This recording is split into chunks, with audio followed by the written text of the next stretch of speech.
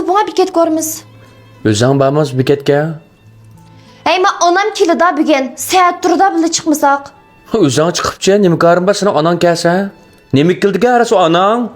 Nimik kelete ma öydü men boğandaki men bilen turda bundan keyin. Vay tuğumsa o ana.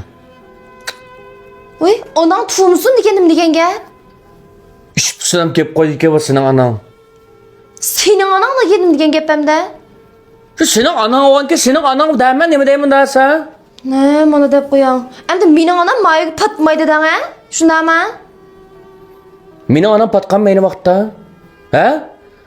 Anam kelib bir 10 kun turib qo'yganga sen taptani qilib, qiydab, qusurizib ketkizayotgan bo'g'aytdan. Anam keldigancha mangim xo'sh deyamay ketibdi. Men qaylang. Sizning onangizlar mening onamni silishtirmoqchimi? Sizning onangiz degan u Saradan kelgan. Atopchani hammasi elib kelibdikin. Mening onam degan shahada cho'ng'ilgan pokiz. Anamı hem de yezlik şerlik dep ağırlamda. Ha? Sen meni anamni hürmet qilmading. Mehnat ko'rding, yaratmading, şahid cho'ng'ilgan şerlik. Lekin men bir yezlik, yez cho'ng'ilgan. Ash saralikning sutini emib cho'ng'ilgan. Shunga men bir yezik bo'lish suputim bilan sendek bir şerlik onangni sana yaxshi tarbiya qilolmagan. Menmi ko'z qilmayman. Tushundingmi? Özün berip ayna egilip, çıraylık. Tamak apırıp nem yolu sapqamsa qanday qilsan qil. Hiligo men onanın ko'z qilmaydi ekanman qala. Men budak bo'lishini umid qilib ketmayman. Hammadamning beshida bag'i bu o'lam degan gap. Sen navbat meni onam o'lib ketsimi, berish qo'shaqma yadiga o'xshaysa, saralikning o'limiga bormayman deb.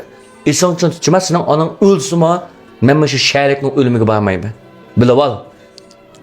Hey, nima demoqchi? Nima demoqchi? Ha? Onam bugün mayda yası bo'lmaydi demak shunam gapni yig'ib bekilar. Mening barliq degan gaplarimning hammasi birnam gapga mujassamlangan. Men onamni yaxshi ko'raman. Men onamni yaxshi ko'raman. Yana bir deb qo'yay. Men onamni yaxshi ko'raman. Onamni yaxshi ko'rmagan odam mening dushmanim. Tushundingmi? Dushman. Xotin emas. Balamning onasi emas. Düşman. Voy yo'qlar menga bo'ldi. O'zing bor. Hey. To'xtab tura bo'ldi. Men senga tavonmaydigan men bir kishi. Eng yaxshisi sen uyda o'tirib tamoq yeyib o'qishdi, bir necha qilsay qo'rab. Og'ini men baray.